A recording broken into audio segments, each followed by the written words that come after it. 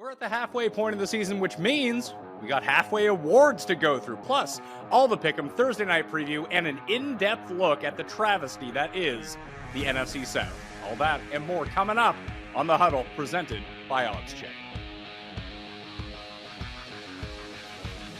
I'm Pat Mayo, and I'm joined once again for Week 9 by Pam Maldonado, Ross Tucker, and Brian Matthews. And gang, I want to start with the NFC South, the odds to win this awful division at DraftKings Sportsbook. At the moment, the Bucs are still the favorite, minus 135. The Falcons, my mighty Falcons, who none of you believed in. I believed in them. Doesn't mean that they're good, but it means that they're their second favorite to win this division at plus 210 at the moment. The Saints are plus 550, and the lowly Panthers, although they're 2-6, they're just back in the division, are 18-1 right now to win this all. And this could have been a four-way tie had the Panthers been able to hold on in the last few seconds. They did cover against the Falcons, which is nice, my Atlanta Falcons, but I thought I'd play a fun game with you guys. I'm going to give you a team to bet on each and see if you can make up a debate about it. Now, you may not believe it, but I need you to make the case for me. So I thought we'd just start things off here. Pam, for you, why are the Carolina Panthers going to win this division at 18-1? First off, it's pretty wild that the Panthers were seconds away from locking up the sole lead for the NFC South while also still being in the running for having the first round draft pick. So crazy, but it is true, and that's where we are right now in the NFL. But for backing the Panthers at 18-1 to win the NFC South, for one, Carolina quarterback PJ Walker, isn't it obvious that he's a bit of an upgrade over Baker Mayfield? Yes, he can improve on his accuracy, which is the only bit of part that I see lacking from him right now, but he can absolutely sling it, as we saw in a 62-yard touchdown pass to DJ Moore, one of the highlights of the weekend, to tie the game against the Falcons with 15 seconds left in the game. Plus, he has the ability to scramble, and that's always a tough thing to do for defenses. You have running back Deontay Foreman, who is showing that he can be productive in this offense without Christian McCaffrey. Back-to-back games of 100-plus rushing yards. And if you look at the rest of the schedule, the Panthers face the Falcons again in 2 weeks, at this time at home, face the Bucs and the Saints in back-to-back weeks to close out the season. Brady and the Bucs, they are beyond broken. And let's just be real here about what's going on in that scenario. But the Saints, they're a bit of a tricky team right now. The player health is the downfall right now of this team, or Andy Dalton. Like, either one of them can be true. But the Panthers to win the NFC South at 18-1, it looks enticing, I'll give you that, but honestly, it's a team that can't decide whether it wants to compete or blow up the roster. So does Carolina want the top draft pick? There's no point in laying 18-1 if you want that. Yeah, I'm probably with you there, but the 18-1 seems kind of crazy considering how bad all of these teams are. If Carolina can just win some division games, and all of a sudden they could be right back into this. I'll make my case for the Atlanta Falcons at plus 210 right now, and it's twofold. One, it's their bizarre offense, which really seems difficult to plan for because no other teams are running this. It's hard to replicate in practice. So you're seeing these spread offenses, big yardage. You're playing cover 2 to make sure that no one beats you deep. And then here comes Marcus Mariota, and they want to run the ball 55 times out of a triple option or something insane like that. Their defense stinks. We know that. But the big key here is the schedule. How many games do you think it's actually going to take to win this division? And you look at the schedules between all these four teams, it's not that the Falcons are going to be favored in all these games, but they have some very winnable games. They play the Panthers again. They play the Commanders, the Steelers, the Cardinals, the Saints, the Ravens. They can just find 4 wins on the rest of their schedule. 8-9 might be good enough. Although, Brian, I want you to make the case for the Saints, and that's actually where I may lean in this division. All right, so I feel like, I need to put a Surgeon General's warning before I say this, but you asked us to make a compelling case, so that's what I'm going to do. I'm not going to say, don't take this. This was the job I was assigned. So, hey, look, on the Saints here, look, we just got, they just got off 2 wins. I'm not saying the Raiders are a powerhouse, right? But they thumped them, 24-0. Devontae Adams had a catch. Josh Jacobs, who had rushed for 144 yards in 3 straight games, I think had 43 yards rushing. Beating the Seahawks, I believe, 2 weeks back. And this is all without Jarvis Landry, without Michael Thomas, and they're finally starting to get, some play from Alvin Kamara, really utilizing him in both forms. I know Andy Dalton has been bad, but look, they made him the starter over Jameis Winston. I think he cuts down on the turnovers, sans the Arizona game recently. But if I'm making a pitch here, I'm looking at getting some guys back healthy. Marshall and Lattimore's been out, so the pass defense has been struggling. And like you said, it doesn't take that many wins in this division. I think there's some momentum to be seen down in New Orleans. And, hey, this might be a crazy one that works out. Ross, I think you get the easy assignment here because the Bucs are probably still going to win this division. But why are they going to win this division? Well, and what I do think is really important to note is what the odds are for all of these, right? Like, I don't think the Panthers are going to win the division, but I would consider them at 18-1, at plus 1,800 to your point, Pat, especially after the compelling case that attorney Maldonado made, I thought was pretty good. Listen, you know what I'm going to say. Everybody already knows what I'm going to say. Tom Brady. Ever heard of him? How you like them apples? Okay? He's pretty good at football. And I don't know, maybe he'll play better now that he's got personal issues set aside. We released the statement on Twitter and Instagram. We're moving onward and upward with football from here on out. The personal stuff is behind us. And the other three teams aren't good. And the Bucs still have a bunch of good players like Chris Godwin and Mike Evans and guys on defense. And, oh, yeah, they have Tom Brady. And Tom Brady knows this is his last year, I think. And he also knows they just got to win the division, get in the tournament, and then have a chance to make a run. Ross, I want to ask you this because I want to ask someone who was a former player who would have some insight to this, and you're the only one I know, so I'm going to ask you. In this DJ Moore situation, when he takes his helmet off, after this outstanding play to tie up the game, we're going to win, just go kick the extra point, and this penalty happens. What is the general mood amongst the team when something like that happens? Mixed emotions, because on the one hand, you are so glad that DJ Moore just made that incredible play and Walker had an awesome throw, and you can't believe that the Falcons let DJ Moore get behind them to go ahead and tie the game. And then when you see Pinheiro, actually what you're thinking is, we'll still win. He'll make the extra point, 47 yards, 48 yards, no big deal. Then he misses it. Then you're a little bit frustrated. But the thing is, DJ Moore knows the rule, right? Like, I've known him since he was in high school. He never did it in college at Maryland. He never did it in the NFL. He just lost his mind. Anybody that's ever played knows there's always a couple times in your career where you like black out. Like you don't even know what just happened. I think he had an out-of-body experience because it wasn't like the whole rule, by the way, because they don't want every guy, after they score a touchdown, take their helmet off to get the TV time. Because then you have high school kids do it. Then you have Pop Warner kids taking their helmet off before they actually score the it's just not good, right? He really wasn't trying to draw attention to himself. He just lost his mind. He was just excited. It wasn't like, I want TV time. So it's a shame. And it's really a shame that Pinheiro then not only missed the extra point, but missed like a 32-yard field goal. That's the real shame. Because if he makes a 32-yard field goal, we're not even talking about it. Makes sense. We're at the midway point of the season. The Panthers now 2-6, not looking bright, but again, just 2 games back of the Falcons in the NFC South. But I want to talk about the most surprising division leader. We've talked a little bit about the Falcons already, but you have the Vikings, you have the Seahawks. Maybe it's someone else. I don't think anyone's too surprised that the Bills are leading the NFC East or the AFC East at the moment. Brian, I want to start with you on this. Who is the most surprising to you? I think the biggest surprise to me is Pacific Northwest, the Seattle Seahawks. I look at Geno Smith, when they lost Russell Wilson, it was seen as this kind of, a tide-changing moment that Denver was going to become this great team. They had a lot of great players, and that Geno Smith was just going to come in and they were going to try to fill some time. They've looked really good. Tyler Lockett, DK Metcalf, has been carted off the field twice this year, but he keeps playing. And then Kenneth Walker III has added just a different dimension to this team. They can keep pounding the ball. I like what they've done, and I think, that's why one would be my favorite and one would be the biggest disappointment. But I think that's why Seattle right now sitting with the division lead is my biggest surprise.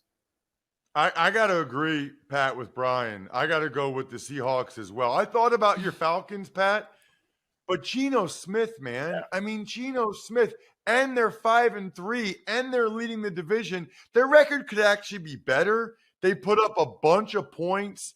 I think in Atlanta, I give Arthur Smith a bunch of credit for what he's done, but the NFC West has a pretty decent division. I mean, it's the Niners, it's the Rams, it's the Cardinals. I know none of them are playing great, but they all went to the playoffs last year, and somehow Geno's playing awesome.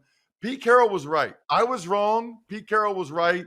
Geno's pretty good, and the Seahawks are pretty good. I think they're legit. While you're talking about just Russell Wilson and Geno Smith being the X factors, I'm really impressed with Pete Carroll. I am one of those people preseason who is like, oh, he's washed of a coach. Just move on, retire. You've been in this league for so long. The game's past you.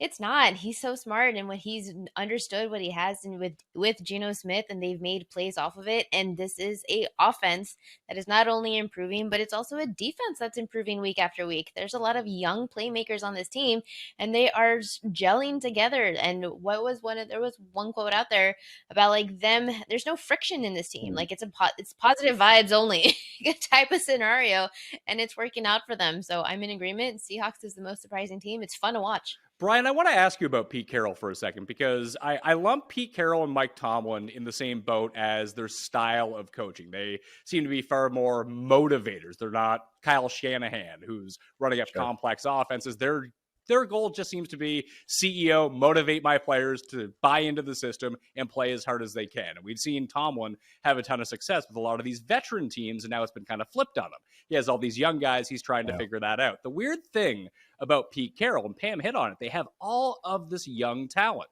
We saw Pete Carroll dominate at USC for they still had talent, put it that way. They were winning games despite the fact they got national championships taken away from them. And even when you had the Legion of Boom and a young Russell Wilson, all those guys were super young. He was able to coach them up. And as soon as this team became veteran-laden, they weren't as good anymore. Now he gets this new crop of guys. He's coaching them up. Is this something that maybe we shouldn't have overlooked coming into the year? Yeah, I think so when my brother Clay played at USC, one of the things was, there's Tell the Truth Monday, there's competition, Wednesday, or competition Tuesday. But, you get out there and it's really about, okay, we get the guys on the field, the best guys go up, we see how they work in practice, depending on how that goes, then we're going to say competition drives, who plays.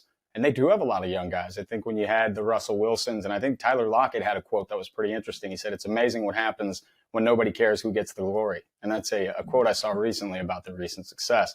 But I do think Pete Carroll is a great motivator, and he gets his guys ready to play and ready for their opportunity, has them going in practice, and then that translates on Sunday. Ross, I know that obviously competition is going to spur people to be a lot better, but there's a lot of head coaches who can't follow through with this. But we've seen it twice now with Pete Carroll when he made the initial decision to go with Russell Wilson after, I'm trying to remember who they brought. I think it was Matt Flynn they signed to that big deal. He was supposed to be the starter. They draft Russell Wilson. They say, you know what? You're the starter now, run with this, and it really worked out. I think we were all kind of under the impression that Drew Lock was going to be the starter of this team, and Geno just won it out from underneath of him. I kind of contrast this situation right now with how well the Seahawks are doing, and then look at Robert Saleh and the Jets. I know you have all this investment in Zach Wilson, but he's holding them back. Like, should he take a look at this and be like, maybe Mike White's the guy who can actually get us to the playoffs? Or Joe Flacco, for that matter. I mean, Joe Flacco would clearly, and did earlier this year, especially in that come from behind win against the Browns, play better than Zach Wilson is right now. Jets are going to have an interesting decision to make if Zach Wilson continues to play the way he did against the Patriots on Sunday. He did not give them a chance to win, right? So you have quarterbacks that are the reason why you win. You have quarterbacks that you win with them, but not really because of them. They're not really the reason. Then you have quarterbacks that you lose because of them. And the Jets lost that game because of Zach Wilson. If that continues another game or two, the Jets are going to have a really tough decision to make, because I know they want Zach Wilson to be the guy. I know he's number 2 overall pick. They got to have patience, blah, blah, blah. Saleh has a whole locker room full of guys that are tired of losing. And if it's these close games that they're only losing because Zach Wilson's yakking up 3 interceptions, then Saleh's going to have to do, I think, what's best for the team. And maybe they'll have Zach Wilson compete with somebody else next offseason.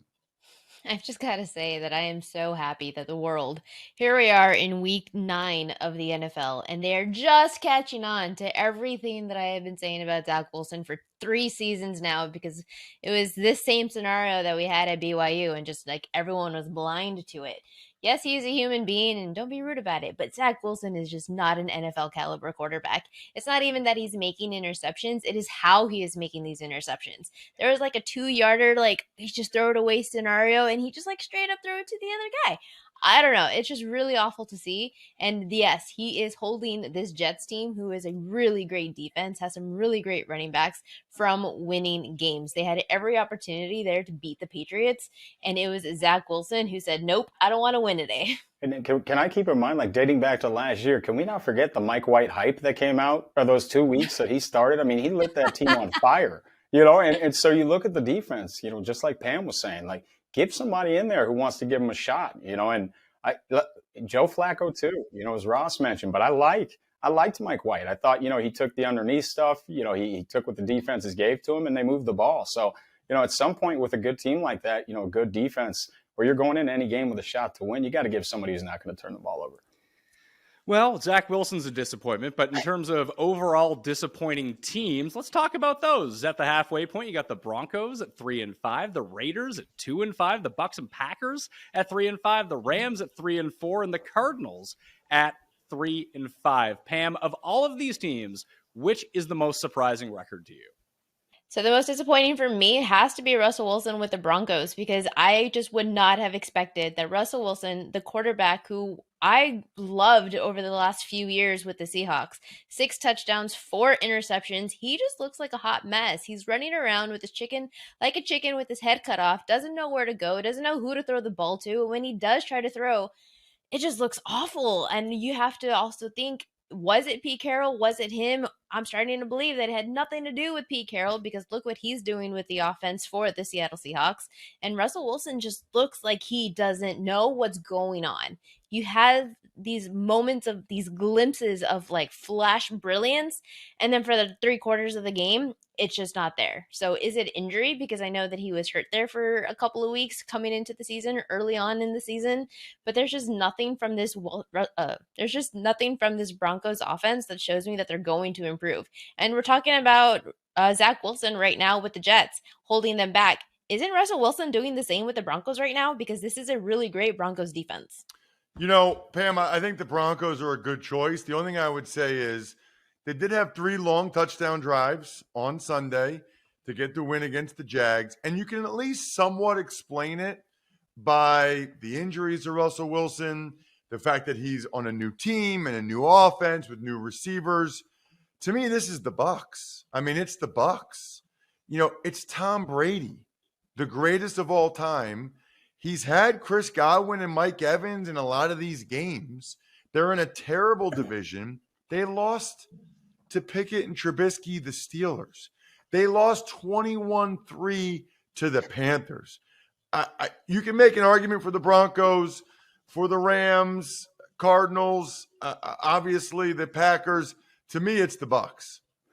Yeah, and I look at this and I agree with both. I like the Bucs, but I think when I do look at it, Russell Wilson, he went into the perfect situation to flourish. You go in, you have Cortland Sutton on the outside. You've got a defense that's just phenomenal, who keep you in any game as long as you're putting points on the board. And don't let me forget Jerry Jeudy. I know Javonte Williams is out, but he's gone to a good team that's put him in at least a spot to succeed. I'm not saying Nathaniel Hackett's a fantastic head coach, but I mean, the talent is there around him and the defense keeps him in any game. So yeah, I think the Bucs are the obvious one, but yeah, I agree with Pam on that secondary option. It's kind of surprising there. I think the Russell Wilson option is definitely more of a lack of skill set that's going on right now. And what's going on with the Bucs is potentially just more off-field issues and has nothing to do with skill.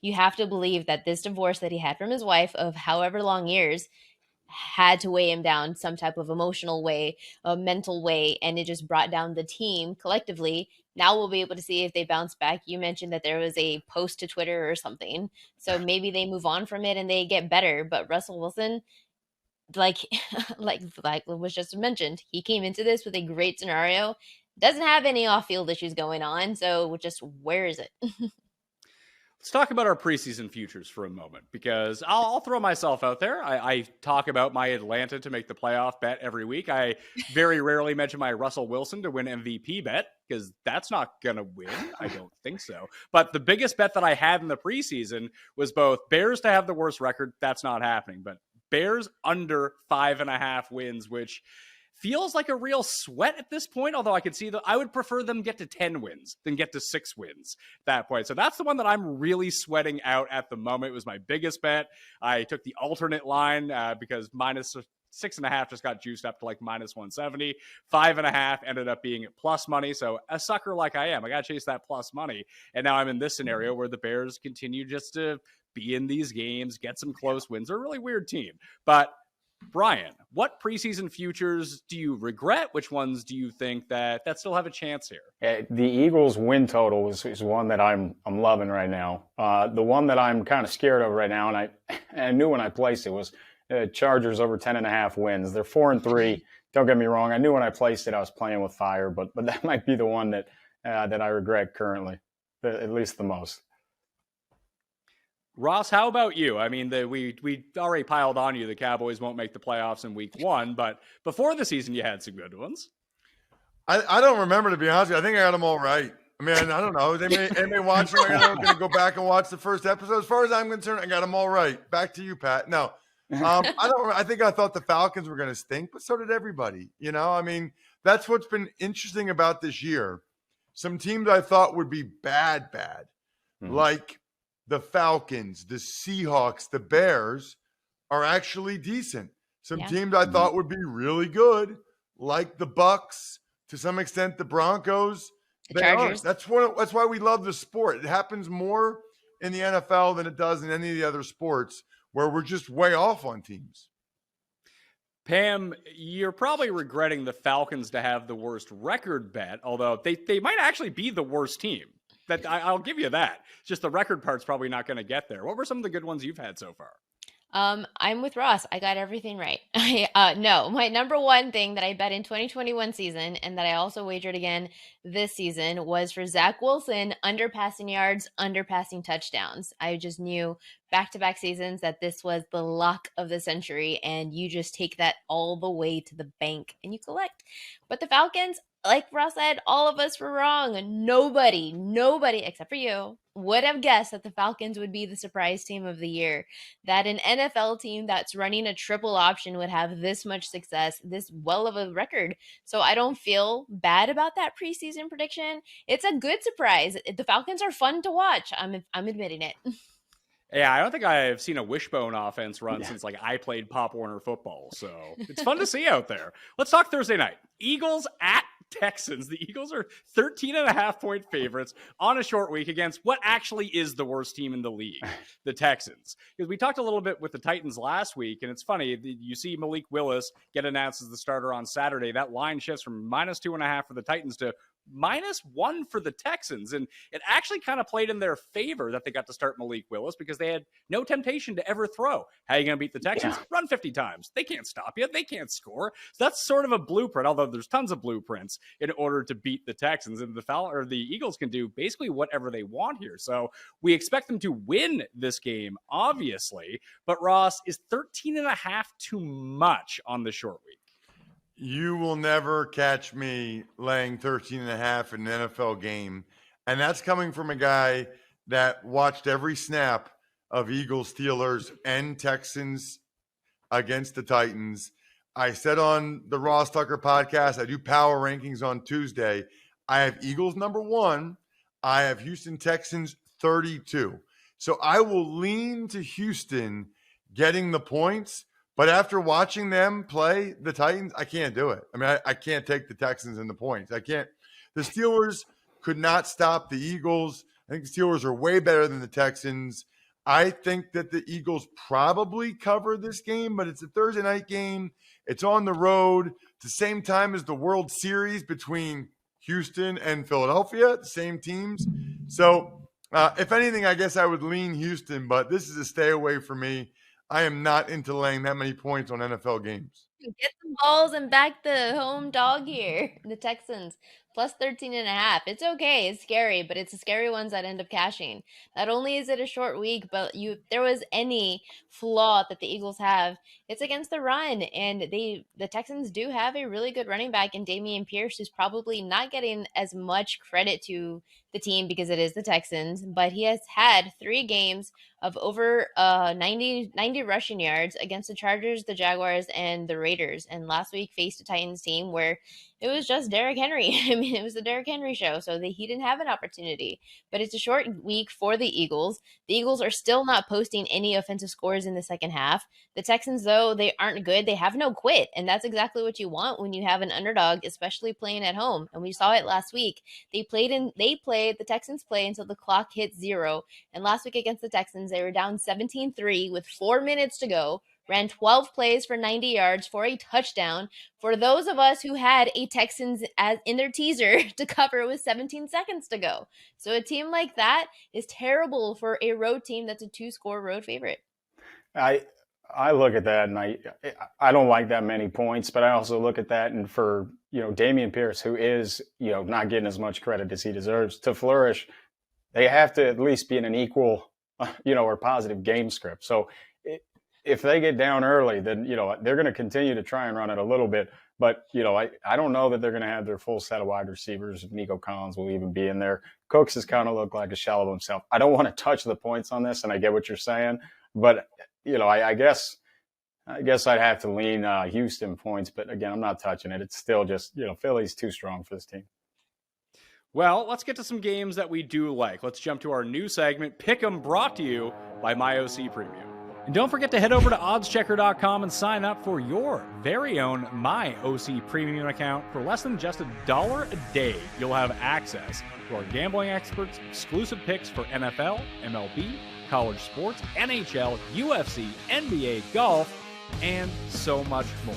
After a slow start to this new segment, Pick 'em, we went 5-1 last week. The only loser, Ross, picking against his favorite team, the Eagles, who he bets on every single week, decides to take the Steelers in the Battle of Pennsylvania. It's okay, though. 5-1. It's going to pay more than the Bills. It'll pay for your vacation as well. But, Pam, we're going to start with you this week, and I want to hear about the Dolphins and the Bears. Give me the home dog. Bears +5 at home to the Dolphins. Miami defense cannot stop a nosebleed. The Bears offense, potentially here, we are seeing it have life. Chicago quarterback Justin Fields, he has 5 straight games throwing for over 20 pass attempts. That sounds like such a small victory, but hey, I will take all the small wins with this team. Throwing more is definitely a big win. And now that they have a wide receiver in Chase Claypool from Pittsburgh, potentially we may see Justin Fields be the quarterback that we saw him back at Ohio State. Fields, he has 3 straight games rushing for at least 60 yards, 80 plus rushing in 2 of those games. He's using his legs a lot more. This offense is putting up more points. They're now like a dead over team. So maybe look to the over on this matchup as well. But they beat the Patriots and put up 29 points. That's the second most points that the Bears have scored in the last 2 seasons. And that was against 2 of the better defenses in the league.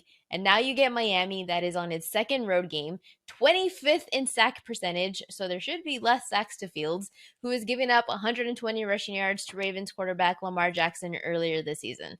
I like the player props in this matchup. I like the home dog. I like the total. I'm looking to the Bears, +5 at home to the Dolphins. Ross, we talked about the Texans and how they're laying a bunch of points. The Jets, +12.5 against the Bills. How you feeling about that? Too many points. Yeah, I mean, I love the Bills, and they have an awesome team, clearly. But the way the Jets are playing football on defense right now, getting after Mac Jones last week, big fan of what Robert Saleh has done with that team. They're excellent on defense. And really offensively, I don't think Zach Wilson is going to come out and have that bad of a game. I'm not saying he's going to play well, but I think the Jets will be able to hang in there with the Bills. It's a lot of points in an NFL game. We talked earlier in the show about backdoor covers. I'll take the Jets and all those points. Brian, 2 teams that have lost a lot of people, a lot of money, myself included so far this season. Now they get to play each other. Vegas at Jacksonville. Who do you like? All right, so I actually like Jacksonville +1.5 in this one. And here's the reason why. Look, Jacksonville, they almost had a win last week. Their struggles are at the end of the game and in red zones. And if you look at red zone defenses, Las Vegas is second to last. They're allowing a touchdown on, I believe, over 73% of drives and heading in the red zone.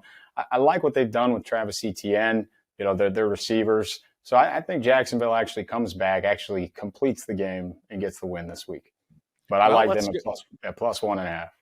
That game's happening on the East Coast. Let's go West Coast. Seattle at Arizona in an NFC West clash. Who you got? Yeah. Seattle plus 2. We talked about them earlier. I think they're a much more complete team than everybody's giving them credit for. I really like, I mentioned earlier, Kenneth Walker III. I think the receivers are doing a great job. Geno Smith is obviously leading that. And when I look at Arizona, I keep saying, and I said it last week, DeAndre Hopkins is having great games, but their offense is not having great games. And the rushing attack, Eno Benjamin, Darrell Williams, trying to figure that out. Maybe they get James Conner back this week, but does that really help that much? I'm not too sure about that. So give me Seattle plus 2 here. Ross, the Carolina Panthers are 8-point dogs against the Bengals, who absolutely no-showed Monday night. Do you think that could happen again this week? Well, first of all, I think Carolina's playing really well. They should have beat the Atlanta Falcons. Your Atlanta Falcons, Pat. Deontay Foreman was running like a beast. Walker had an excellent game as the quarterback. I still don't understand how the Falcons had the lead because I thought Carolina got the better of the action for the most part. Then the Bengals, they're a different team without Jamar Chase. Yeah. And maybe they'll figure it out this week, but I think this is a pretty close game. I'll take those points again with the Panthers because the Bengals, they were horrific in every way on Monday night. Defensively, the O-line, no Chase, no confidence. Give me the Panthers. Pam, let's end with you. Tennessee at the Chiefs. The spread is huge. I'm not entirely certain who's playing quarterback for the Titans. I'm going to guess Tannehill is going to be back, but who knows? Who do you like in this game? It doesn't matter who's playing behind center for the Titans because it is the Titans secondary against Patrick Mahomes, the magician. Tennessee's passing defense is 25th in opponent YPA, 8th worst on the road in opponent yards per completion, lost 41-7 on the road to the Bills, and Josh Allen had over 300 passing yards, 8.3 average, 4 touchdowns, 0 interceptions.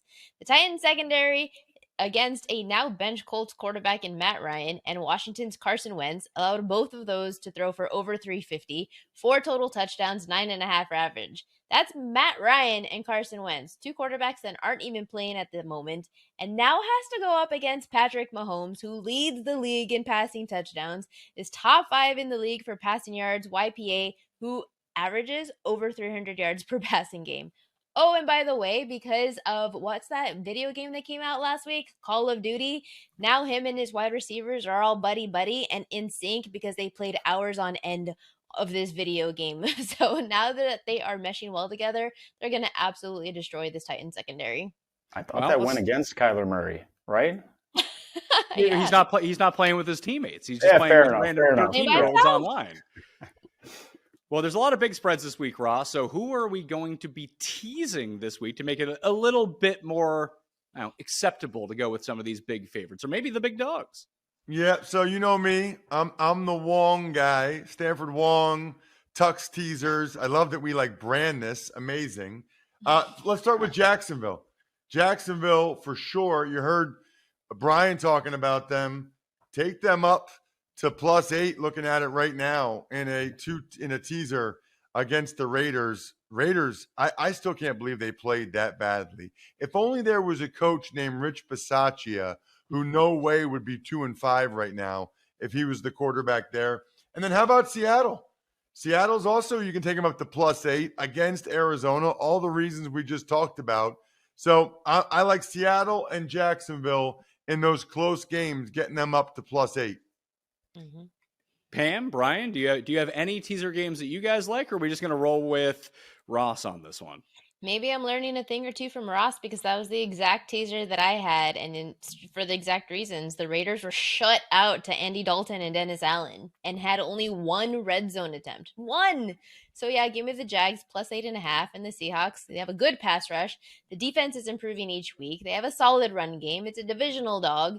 Tease both the Jags and the Seahawks. Hey, I'll take Detroit and tease it up to 10.5 there. And another one, Ross did take some good ones, but I'll take that one. I'm trying to think of who else, maybe even Philly at -6.5. I don't think Houston keeps that close. I hate the amount of points it comes out with, but I don't think Houston's going to be able to hang with them. I can see that. I can see them teasing the Bears up to 11 as well, because Miami's just not blowing people out because their defense has been so bad. But that's me. I don't love teasers, but I have to get on Tuck's teasers here because they keep doing pretty well. But we'll tune in next week to see if they end up being a winner, along with our pick'ems and breaking down all of Week 10. For Pam, Brian, and Ross, I'm Pat Mayo, and that was The Huddle. Before we let you go, we wanted to tell you about the Spread Challenge, our way of giving you a chance to win $100 on us by simply predicting the spread of a game correctly.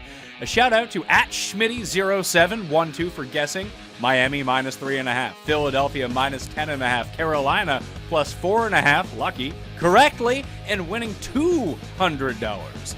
There are 3 free and easy steps to get involved. First, you must follow our Instagram page at OddsChecker-US. Next, find and like our pinned post with all of the week's spreads. This week, we're switching it up. All you have to do is pick the spread correctly in one game. And if you get it right, you're automatically entered to win $100. So follow us, like the post, comment your pick, and good luck.